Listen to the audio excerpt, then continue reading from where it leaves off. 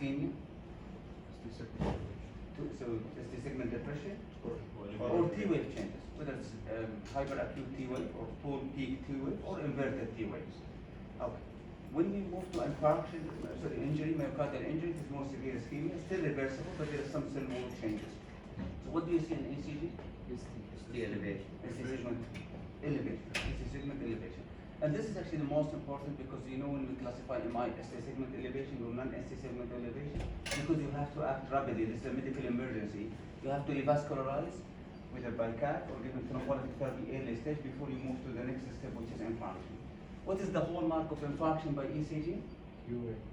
The presence of pathologic Q waves. Pathologic Q waves is an indication of myocardial infarction, and it is being done. And localization, ST segment elevation is important. V1, V2, which area? Septum. 3, 4. Anterior. V1 to V4. Anterior septum. Septum and anterior together. 5, 6. Lateral. 1 AVL. High lateral. Inferior lead is 2, 3, and AVL. So once you know this, you will be fine with most of the ischemic heart disease. So today what we will discuss is ECG in arrhythmia. We have 3 lectures this week. One is this one, which is about just ECG recognition. The other 2 lectures will tachycardia and one bradyarrhythmia. We'll talk about the clinical aspect. Again, we will discuss some ECGs. So I'll move quickly in this one just because it's a quick review. But anything you see today, most likely you will see again in the coming 2 lectures. But the coming 2 lectures will be about clinical presentation and basics of management. So what do we mean by arrhythmia? What does arrhythmia mean? Abnormal heart rhythm. Abnormal heart rhythm. So what is the normal heart rhythm? P wave followed by QRS wave, followed by. I'm talking about rhythm in general. Irregular rhythm. What is the normal rhythm? Is sinus rhythm, right? And ECG will say normal sinus rhythm. So normal sinus rhythm is sinus rhythm 60 to 100 beats per minute. So that is the criteria. So anything apart from that, even if heart rate is 59 may have no clinical significance, this is sinus bradycardia. Heart rate 55, sinus bradycardia. If the rate is 110, it is sinus tachycardia, it is from the sinus node. So anything different from the normal sinus rhythm, 60 to 100 beats per minute, called arrhythmia or abnormal heart rate. The mechanism, I'm just going here to just get it quickly because we will discuss it in the clinical lecture. So basically, it's either abnormal impulse formation or impulse conduction problem. Abnormal impulse formation could be abnormal automaticity or enhanced automaticity. It could be shift of the pacemaker to other cells in the heart. Or it could be abnormal impulse conduction. In bradycardia, we're talking about heart block. In tachyarrhythmia, we're talking about re-entry, which is the commonest mechanism of arrhythmia. As I mentioned, we will discuss this in the many with the tachycardia lecture. So I'm going to move from here. So arrhythmia you can understand it very easily. So if the patient is sinus rhythm, 60 to 100 is normal rhythm, and we look for other abnormalities in the ECG. If the rate is less than 60, we are dealing with bradycardia. Rate above 100, we are dealing with tachycardia. And we can characterize it further to narrow or wide Kearns complex. We'll discuss it in a minute. Or if there is premature beats, or sometimes we call it extra beats, if it's coming from atrium, premature atrial complex beat, from ventricle, premature ventricular beats, from junctional area, premature junctional rhythm. So for rhythm analysis, and this is when you see the rhythm strip and down the ECG, and this is usually what we start with most of the time when we are reading ECG, is to look to the heart rate. And that's why we start with it, because it can tell you within the normal range, or below the normal range, or above the normal range. So we are dealing with normal rhythm, or at least from the rate point of view, or bradycardia or tachycardia. Second is to look if it is regular or irregular. Irregular, very limited differential diagnosis, and we will discuss them. Regular, it can be many others. But if it's irregular from the beginning, you are limited in your differential diagnosis. The other thing is to look to the complex. Narrow, it is narrow or wide. What is the definition of narrow? Less than 3 small boxes, which is 120 milliseconds. Wide is more than that, and again we will give example of that. And then the relationship of the P wave, if it is present, so present or absent, the relationship between the P wave and the QRS complex. Then you look for the interval. So for example, if the PR interval is above the normal limit, then we take first degree, for example. So basically, if you take the 5 steps, you can analyze the rhythm strip. And that's why what we rely on today is just to look to the rhythm script. So, anatomy is important to understand arrhythmia. We know that the normal conduction system starts with the sinus node, atrial tissue, AV node with bundle of His, we call it junctional area, then the ventricle. So, if the patient is tachycardic, this tachycardia could arise from sinus node, what we call it? Sinus tachycardia. From atrium, atrial tachycardia. From junctional area, again junctional tachycardia. From ventricle, ventricular tachycardia. So, very simple, tachycardia is different types, but if you understand what we mean by tachycardia, and where is it originating from the heart by the ECG criteria, we know where is it coming from. The same for bradycardia. If the patient is bradycardic and the rhythm to us is coming from the sinus node, we call it sinus bradycardia. Right? It can come actually with low rate from the atrium, but we want to discuss that. The main cause of slowing heart rate is AV node problems.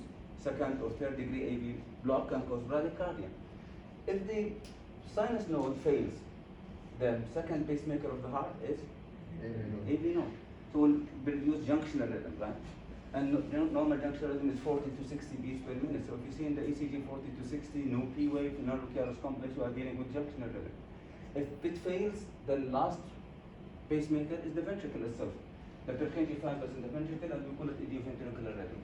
So different types of tachy or bradyarrhythmias, if you understand the anatomy, you'll know just where is it originating from.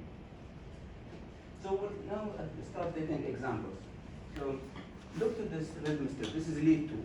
And rhythm strip mostly we take. What do you start analyzing it? So what do you see in this rhythm strip? Regular. Okay. What is the heart rate?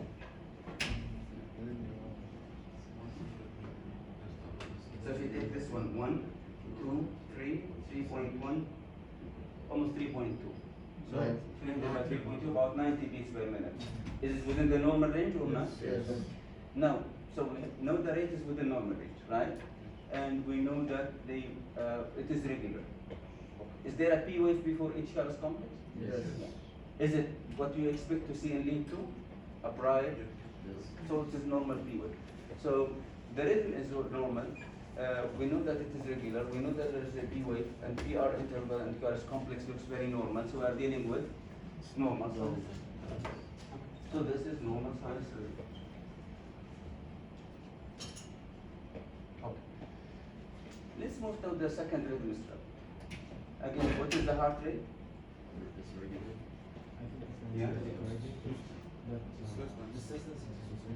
One, if this is in the large box, is 1, 2, 3, 4, 5. If it is 5, it is 60, but it is actually less than that. So it is less than 60 for sure. It's about 58, 55. So the rate is normal or abnormal? We are dealing with bradycardia. The rate is lower than expected. Now, look at other parameters.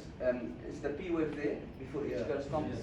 Is it normal P wave morphology? Yes. It's normal P wave morphology. So, what is the problem here? It's only sinus bradycardia.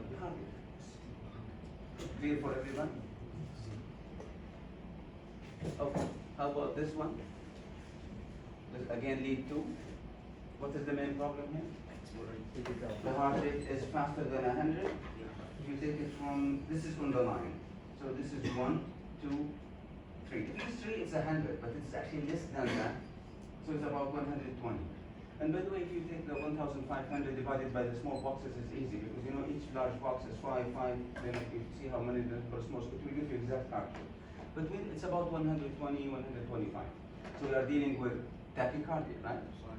So the next step to ask yourself, is there a P wave before each curve complex? Yes. Is it normal P wave? Yes. Yeah. Is the PR normal, QRS complex normal?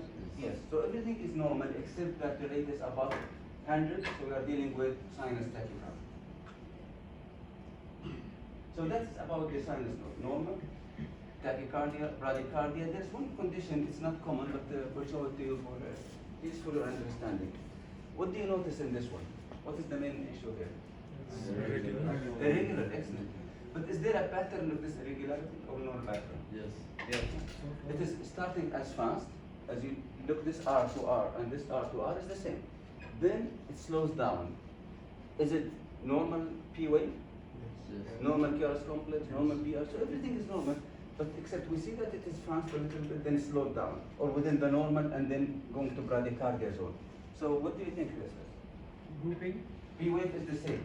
There's no change. So it is still coming to the sinus now. Sinus Maybe bradycardia. parasympathetic. Immature contractions.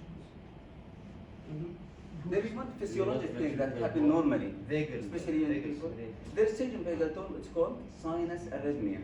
So with inspiration, heart rate goes up. With expiration, heart rate goes down. This is common in young people, less than the age of 20, and usually it just indicates good autonomic nervous system function. It's actually not a pathologic thing, but just to notice, if you see something like this in ECG, this is not a pathologic process. It's called sinus arrhythmia.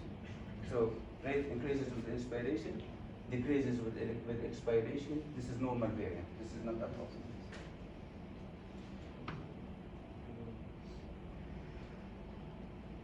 So what about this rhythm strip? There's a ST depression. Remember, we don't start with describing the ST segment or we start with the heart rate, Irregular. regularity, the presence or absence of P wave, then we will go to other abnormalities. So we start with the heart rate. Is the heart rate normal or abnormal? Okay. So if I wanted to measure the heart rate, I should take this to this or this to this.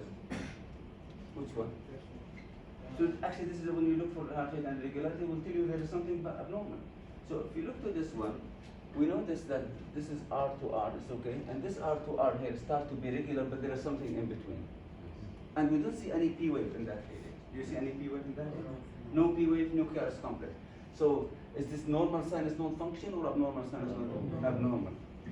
Here there was P wave, KRS complex, P wave, KRS complex, but in this one we don't see a P wave, there is no KRS complex. So what do you call this? Conducted P wave. Non-conductive P wave, you have a P wave, no KRS complex, but here there is no P wave. So generally, go ahead. Not EV node, because if it is EV node, I should see a P wave, because atrium should be activated, and then there is no KRS complex. Problem with the sinus node? Slight. The best you can, most of the time we call sinus pause, there is no activity at all. And if it is like this, we usually call it sinus arrest. But if you just say sinus pause, and where we see sinus because there is no P wave. So it means the sinus node is not producing impulse. And there is sinus node exit block and arrest. You don't need to differentiate between the two. You can just call it sinus arrest or sinus pause. So there was activities, suddenly there is no activity, no P wave, no KRS complex, and back again to the same. So this is called sinus pause or sinus arrest. Okay. So that is actually about sinus area with the tachy, brady, different normal variants, and also arrest. Now we'll move to something else. What do you notice in this rhythm strip? The first thing is right to right. It is irregular, excellent. So what is the cause of irregularity here? I take this one to this one and this one. Is this different from the previous Yes, one? the P wave is inverted. Okay, and what other thing? It's prolonged conduction of the. It comes before expected time because this is the KRS complex. I expect this to come here, right?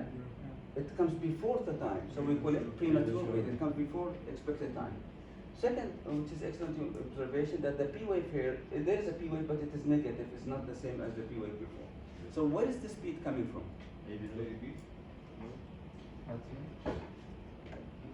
So sinus node, followed by atrium, followed by junctional. So which area? You think junctional or atrial? I think. If there is a P wave is atrial depolarization.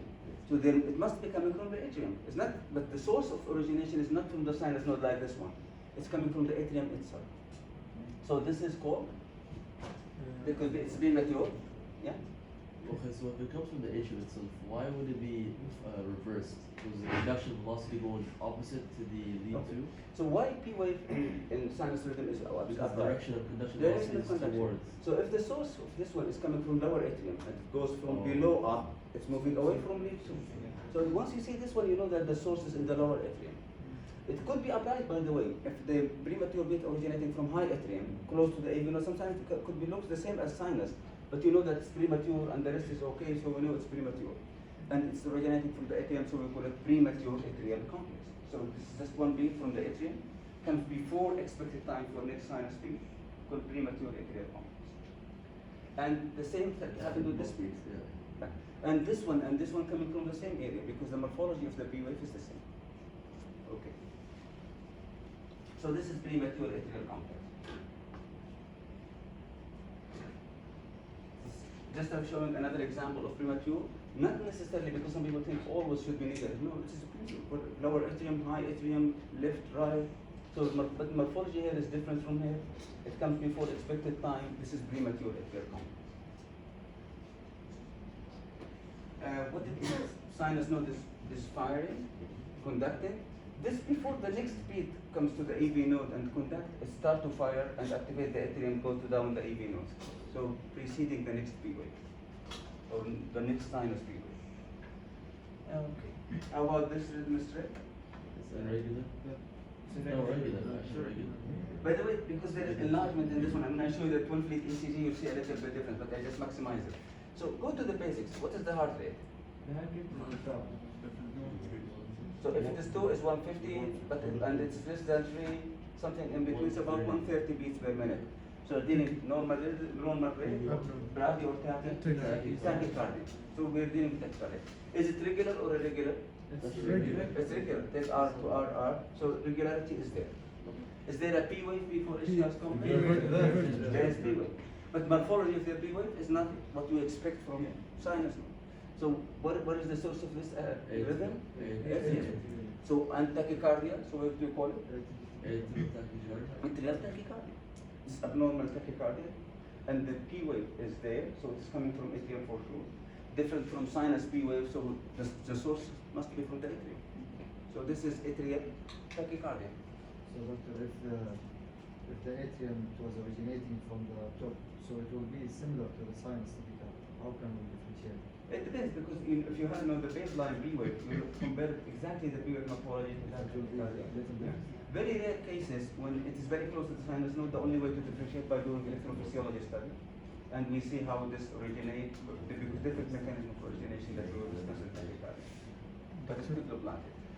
And by the way, if in ECG somebody said maybe sinus tachycardia, then you have to look at the clinical picture. Is it consistent with sinus tachycardia or not? So the P wave should always be inverted if No. it's- I mentioned earlier, it depends whether it's coming from the atrium. This is just to show you a typical example of lower atrium tachycardia. But if it's coming from left atrium, is different morphology coming from the only way to know, to compare P wave morphology to the patient P wave morphology under normal circumstances. If it's totally different from his normal P wave, it's not arising from the sinus node, arising from other part of the atrium. So not necessarily to be negative all the time. Okay, clear for everybody? This is the same 12 lead ECG for the same patient. What I maximized actually was lead 2. And if you look to this one, you can understand there is tachycardia and the P wave morphology is there, but you look for lead 2 is different. For example, here, if you just look to lead 1, it looks maybe a little bit positive, so you may think it's normal. So it depends on the lead you look to. The same thing, what is happening is that the focus or area of the atrium is start to fire faster than the sinus node, so it will be the driving pacemaker of the heart. If this stops, the sinus node will come back again. Would the sinus node still be sending impulses? Something but it's not doing anything, because if the rate is from the sinus node 70 and this is 120, as if it is not there. But once this tachycardia stops, the sinus node will show up. Yeah, because this is faster, so it will be the driving force of the heart. This is something I think you should know. What do you think of this rhythm strength? First of all, is the patient tachy or brady or normal rate? Take it from here. 1, 2, 3, 4, 4 point something. So the rate itself here in the ventricle, I'm talking about the ventricle, looks within the normal rate. But you see something abnormal in between. If you look to the P wave, is there a P wave? No, we see what we call this one. You see this morphology here? Sawtooth appearance. Yeah, excellent. So this is like a sawtooth appearance. So that's what it means. The patient has flutter. Once you see the sawtooth appearance called pattern recognition, once you see this once or twice, you will understand it. Especially when it is like this, 3 to 1 or 4 to 1. Then you answer it back. Yeah. So sawtooth appearance. And in this case, there is 1 here, 2, 3, 4. So it is 4 to 1. 4 to 1. It could be regular, could be irregular atrial flutter. I will show you an example of that. So in atrial flutter, what is the mechanism of atrial flutter? Random That is atrial fibrillation, random from each area. But flutter is actually macro re-entrance circuit. So large re-entry circuit typically in the right atrium. We'll discuss it in the clinical lecture. So that circuit produces atrial activation, but it is different from the normal. And because the rate here, if you see, it is very fast actually. It will not conduct 1-to-1 most of the time. It may conduct 2-to-1, so 2 circuits, 1 conducted, 1 non-conducted, or 3-to-1, 1, 2, 3, then 1 conducted, 1, 2, 3, 1 conducted. If the pattern like 2-to-1 or 3-to-1 is consistent, then it will be regular. If it is changing, sometimes 2-to-1, sometimes 3-to-1, sometimes 4-to-1, it will be irregular. So flutter could be regular, could be irregular. But the recognition of the flutter wave, the sawtooth appearance, is important to recognize. Doctor, there's no T wave here, right? What that's it? There's no T wave? There is T wave, this is the T wave, but the flutter wave make a distortion of the T wave, so you may not see it clearly, but if you measure this to this is a T wave here. So this is called atrial flutter. So the AV node is existent. It will be a regular rhythm. It depends on the conduction. If the AV node conducting the same rate, so 1, 2, conducted, 1, 2, conducted, 1, 2, conducted, it's regular. If 1, 2, 3, conducted, 1, 2, conducted, 1, 2, 3, 4, conducted, it will be irregular. It depends on the conduction of the AV.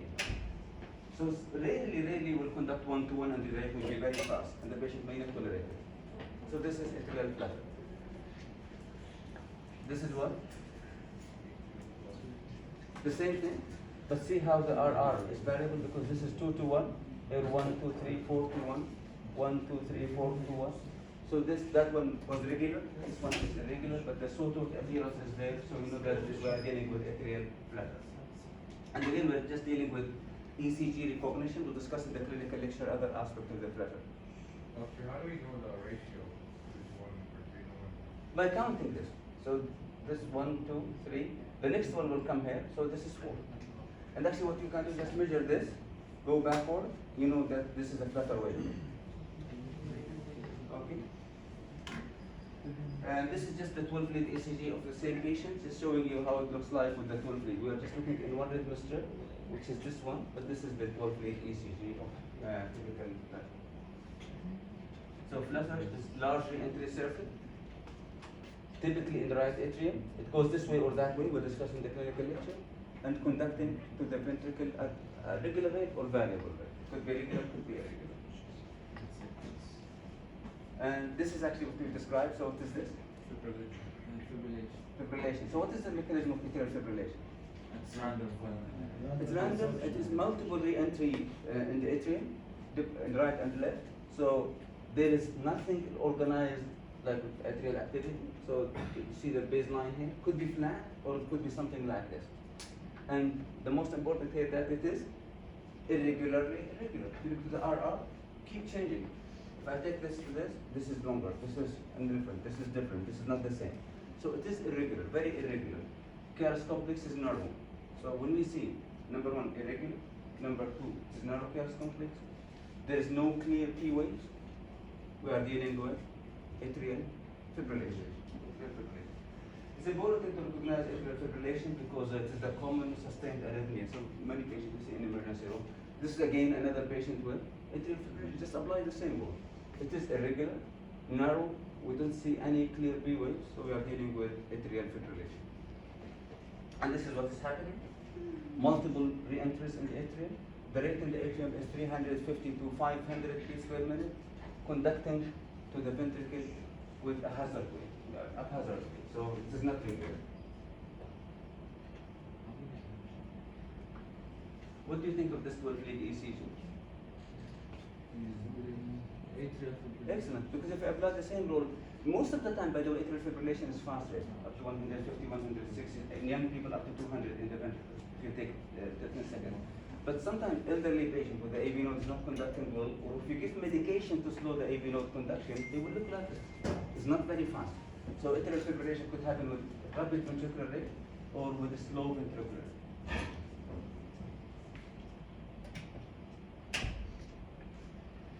Okay.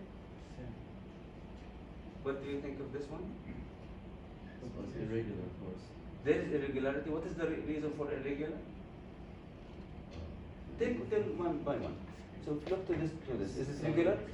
And there are P wave before HCAS complex. Yeah, rate is 1, 2, 3, 4, about 75. But this is the problem here. No P wave.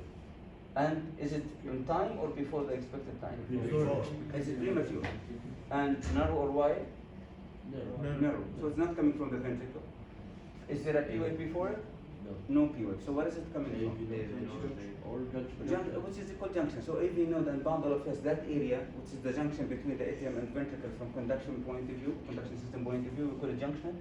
So this is called, it's premature and from junction. So we call it Premature junction. premature junction, before junction, premature. So we are okay. How can we differentiate it between like P wave or T wave? How can we know it's not T wave? Right before. Okay, look at this T wave and this T wave. It is the same. And in this case, P QRS complex T wave, P QRS complex T wave. So we know there is no P wave here because looking to the other beats. The morphology is the same, but except that this P does not have a P wave, and it comes before expected time. So this is premature junctional P.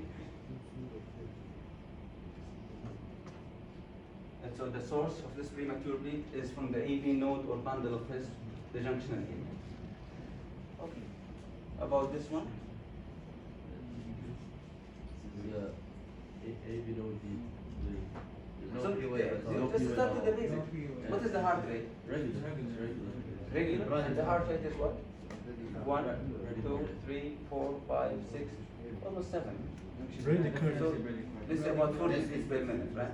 So if it is 40 and it is regular and narrow QRS complex, no P wave at all, we are dealing with junction rhythm usually 40 to 60 beats per minute. 40 to 60 beats per minute, no clear P wave.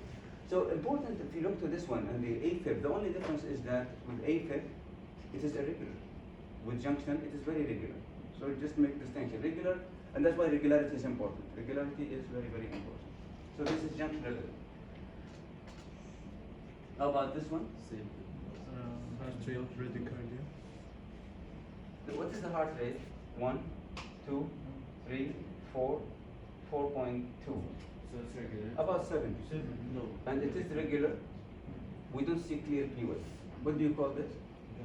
It is junctional, but the rate in junctional we said 40 to 60. This is slightly above what we expect, but it's not tachycardia yet. It's not more than 100. This is just for your own information. You need to remember it. We call it accelerated junctional rhythm. So it is from junctional area, but the rate is above what we expect and below 100, which is the tachycardia. We call it accelerated junction. This is the same for ventricular tachycardia and others. Ventricular rhythm above the limit and below the tachycardia zone, we call it accelerated. So this is called accelerated junctional rhythm. Just to go back, accelerated.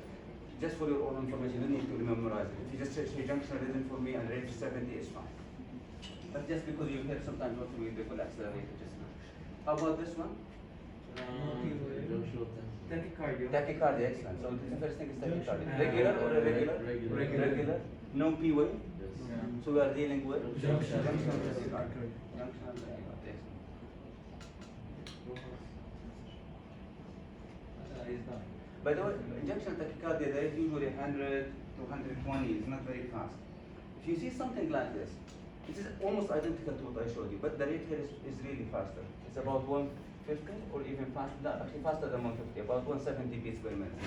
So junctional area does not usually produce that rate, so it must be another tachycardia. So if you see narrow QRS complex tachycardia, rate is about 150 to 250, and no clear P wave. Is there any clear P wave? No. This is just the T wave. So what do you call this? Junctional tachycardia as well. Okay, the other name, because remember junction tachycardia 100 120 is expected, but this is really fast. 170. Inshallah, if junction area will produce something. Accelerated junctional tachycardia. This is called supraventricular tachycardia, SVT. And we will discuss the differential diagnosis of SVT. SVT is not actually one diagnosis, it's a group of diseases. But when we see narrow QRS complex, no clear P wave, rate above 150, we call it supraventricular tachycardia, SVT, supraventricular tachycardia. You will have this terminology a lot, and we will discuss this, inshallah, differential diagnosis of it. This is the 12-lead ECG for the same patient.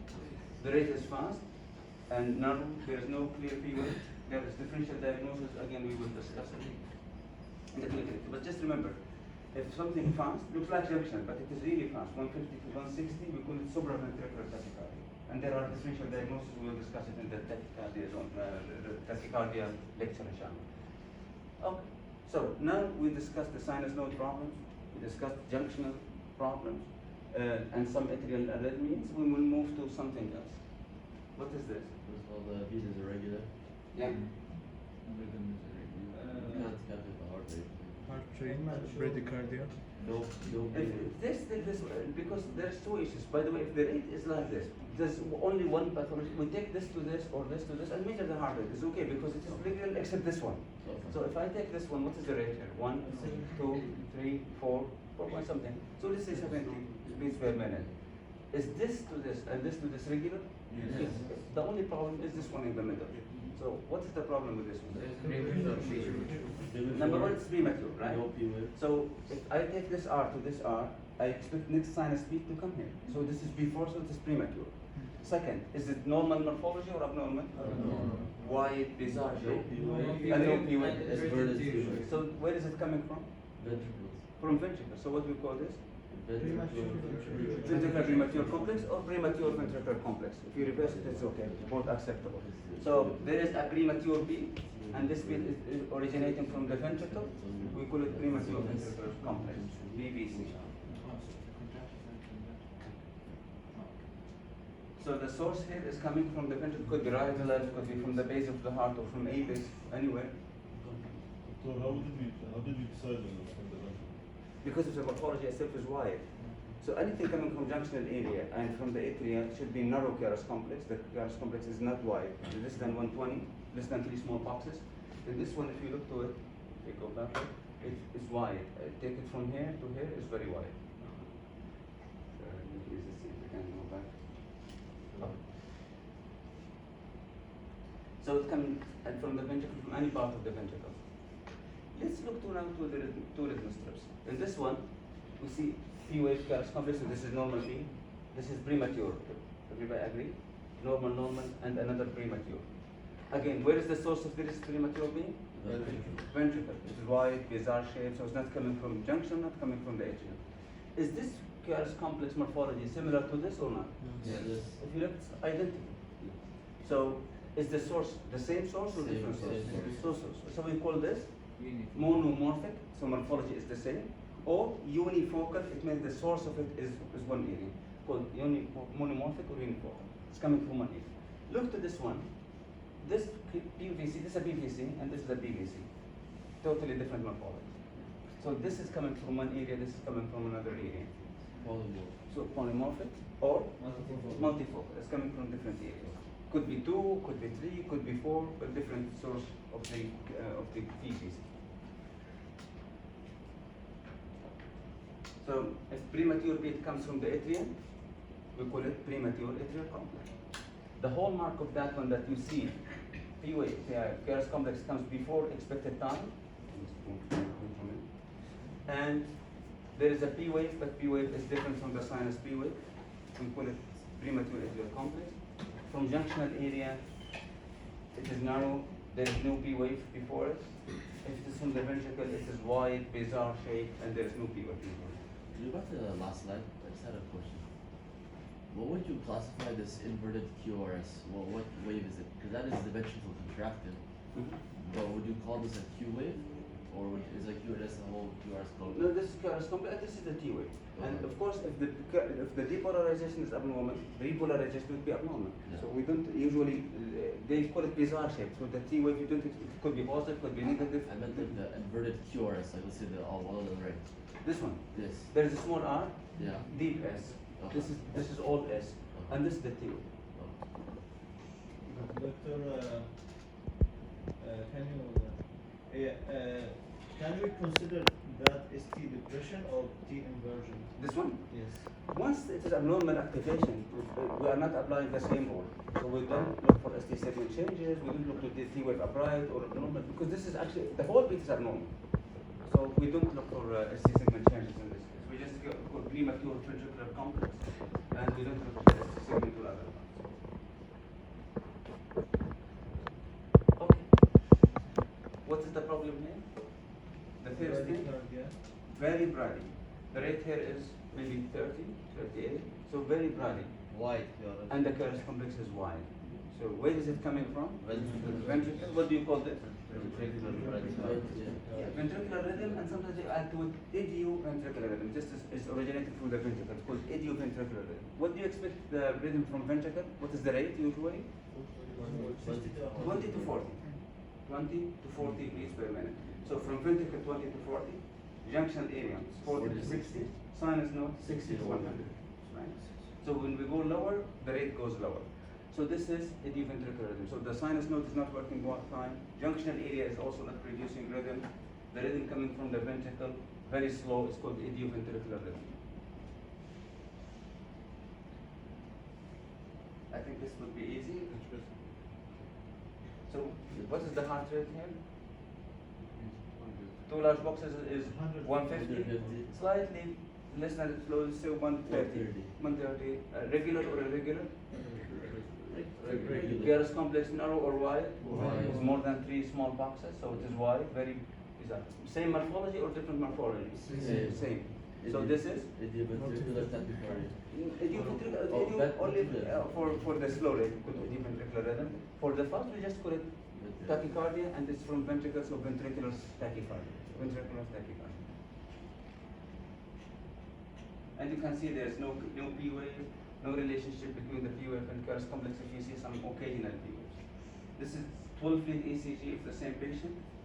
You see it's tachycardia, it is regular, wide Garris complex, no clear P wave, so this is ventricular tachycardia. This common rhythm, we need to recognize it because it could be life-threatening. What is happening in the ventricular tachycardia? Normally, under normal circumstances, sinus node fires, activate atria, we have a P wave. It goes down the bundle of the AV node and bundle of hairs, activate both right and left ventricles simultaneously, so narrow Garris complex. With ventricular tachycardia, depends on the source. Suppose the source is here. It starts to activate the ventricle, myocardial cell to myocardial cell to myocardial cell, very slow conduction, so the Garris complex should be wide. And the morphology is depends on the source. Here is different from here, different from here, different from other areas. But the main thing is just to understand the concept. Once we see something like that, it's tachycardia, and it is originating from the ventricle, so it is ventricular tachycardia. How about this? If you are asleep, Very regular. because it's coming from the left ventricle. No, just when it is depolarization is abnormal, repolarization will be abnormal. But we have a criteria, for example, not the QA, the Garris complex itself. And we can't tell where is it coming from usually the ECG. It's not important to recognize. Ventricular fibrillation. Why? There's no discrete Garris complexes, no P waves, no regularity, Very wide. very bizarre shape. Magnitude is low. So ventricular fibrillation is number 1. Okay. With this rhythm, you expect the patient to be normal? No. There is no cardiac output, so the patient should be collapsed. If the patient is not and is talking to you, what does it mean? Sorry? If the patient is conscious, oriented, The ECG is on. This is what is called ECG artifacts. So if the electrode is not fixed when moving a lot, it can produce something like this. So it's just important to recognize it, and generally it's easy clinically because if the patient has this real ventricular fibrillation, he's in cardiac arrest. You have to start CPR immediately and defibrillate. If he's talking to you, it means that the ECG electrode is not normal, and then this is called artifacts. ECG artifacts.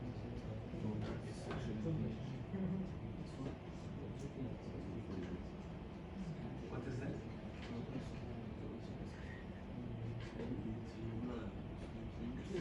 It's the same basically, but 12 lead ECG. By the way, in ventricular fibrillation, rarely we have 12 lead ECG because they come to ER and arrested. But this patient was exercising actually, and with exercise we have 12 lead connected, and he arrested in the recovery phase. So we see that one. He shocked and he was out of it. But this is ventricular fibrillation. In ventricular fibrillation, the same as atrial fibrillation, but instead of coming multiple re-entry circuits from the atrium, it's coming from the ventricle. So there is disorganized cardiac activity. And this one, yeah, what do you call this when there is no activity? It's a flat line. So what kind of this activity? It's called asystole. Asystole. There is no activity at all. There is no cardiac activity. And always we have to have two leads to confirm it. So asystole, flat line, the heart stops working, there is no activity at all, it's called asystole. It's going to go back to the cardiac arrest. So cardiac arrest could be ventricular fibrillation or asystole. So this is asystole, there is no activity of the heart. You have to start CPR immediately. Okay. We move now to something else. This one's actually, we will discuss them in the bradycardia, but I just give you a quick review of some bradycardia causes. But we will discuss, it's 3 or 4 conditions. We'll go over them quickly, but in the bradycardia, we'll go over them in a better way. So look to this one. Irregular. It's regular, rate is okay. Tachycardia Bradycardia. Is there a P wave before each heart complex? No. Yes. This is, Long PR. but No, long it's PR not. interval. And PR is the same. So what do you call this? Type First 1 degree heart AV block. block. First degree heart block. By the way, it is misnomer, I think, because there is no problem. Each P wave conducted, each P wave conducted. But by convention, delay impulse conduction or no conduction is considered as heart block. So where's the B wave? After the T wave? Yeah, this is, actually, let me show you a bit. This is the T wave, and ended. This is the P wave. T wave, P wave. Typically, we don't see that as very, very long like this one. Most of the time, we see the P wave here, but just more than one large box, which is 200 milliseconds, is considered first degree. But this is very remarkable first degree. So this is the P wave, and this is the T wave. So PR more than one large box, which is 200 milliseconds, is considered first degree AV block. It has to be consistent like this. Everything else is more. Okay, look to this rhythmus there. What do you notice here? You know, this progressively getting the PR interval is progressively getting Okay, long. so first, what strikes your eye is that there is a P wave with no Glarus complex, right? And the other is P wave with Glarus complex. If you look backward, is the PR the same or different? Different. Is longer, and then we don't have conduction. So there is P wave with no conduction. Intermittently, this is we are dealing with second degree AV block. Is this type 1 or type 2? Type 2. Type 2. Type 1. So second degree type 1. Second degree, why? Because PR is getting longer and then drop. So this is called, or we call it sometimes Mobitz. There are scientists who describe it, and Mobitz 1. Another name is another physician who was there, who called 1K back. But anyway, second degree type 1. If the PR is getting longer and drop, mostly this is blocked in the AV node itself, called second degree type 1. Compare it to the next one. What's the pathology behind that? Actually, the clinical lecture will go over these things, which are now ECG recognition, so will help you when you go for bradycardia. What do you notice here? Again, P wave. P wave without No Glarus complex. We are dealing with second degree because other P waves are conducted. The PR before, is it fixed or the same? Or it is fixed. So we are dealing, I did not have a marker for that, but if you measure it, it is very clear that this PR is same as this one, or the same as this one. When the PR is fixed, we are second degree type 2. This is worse than the first one, and this patient may need a pacemaker. First one does not need a pacemaker, so we'll discuss it in the clinical. How about this one? Third degree. Okay, how to convince me this is third degree? PRS is Low rate, low rate. Okay. By the way, in third degree, there are two possibilities for Glarus complex. Could be narrow if the rhythm is coming from junctional area. Could be wide like this if it's coming from the ventricle. So it depends on where the escape rhythm we call it, the rhythm that's coming with no conduction. If it's from junctional area, it will be narrow. If it's coming from the ventricle, it will be wide. But the most important here is, you know, this patient is bradycardic, number 1, rate is slow. R to R is regular, and the P wave to P wave regular. There is no relationship between the two. We call it AV dissociation. They are not related to each other. So the atrium, sinus node is firing, let's say 70 beats per minute in the atrium. But AV node is not conducting at all. So the ventricle is either from junctional area, which is 40 to 60, or from the ventricle itself, the ventricular, which is 20 to 40. No relationship between the two. So the P wave can come anywhere. So there is a P wave here, P wave here. So this is just immediately after the Glarus complex. So there is no relationship between the two. So this is third degree for complete heart block. Third degree of complete heart block.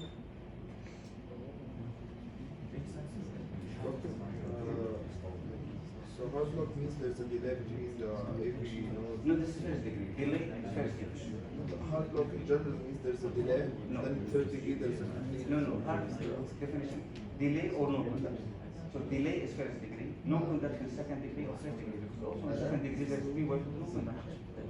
Yeah, and third degree of course there is no conduction at all. So you see that P waves marching through and the QRS complex the same rate. So we are dealing with third degree AV blocks. This is actually a good example because if you look to this one, the patient's bradycardic number one, right? Everybody agree? This is very good, right? And is the RR regular? Yes. Do you see P waves? No. From face glance you see maybe no, but Yes. look to the lead too. Is this a P wave? Yes, it is. There is a P wave, there is a P wave, there is a P wave here at the end of the T wave. And they are not related to the QRS complex. We are dealing again with third degree. There is association between the two. But this is coming from junctional area. That's why this is nerve QRS complex. The first one was wide coming from the ventricle. And this is a bit depends on the patient. If the junctional area is okay, you will have escape rhythm from junctional area. Junctional area is not normal, you will have escape rhythm from the ventricle like the first case. Of course, the first one is more serious than this one. Because this one, if the junctional area fails, still you have idioventricular as a backup mechanism. The next patient, if there is no activity from the idioventricular rhythm, he will go into a system. There will be no activity at all. So the first one was serious, more serious than this one. Okay? I think we discussed many issues here, as you can see. But this is as introduction to the coming two lectures as I mentioned. So when we come to the tachyarrhythmia or bradyarrhythmia, at least you know the ECG recognition. We go for the clinical part. Thank you. Thank you.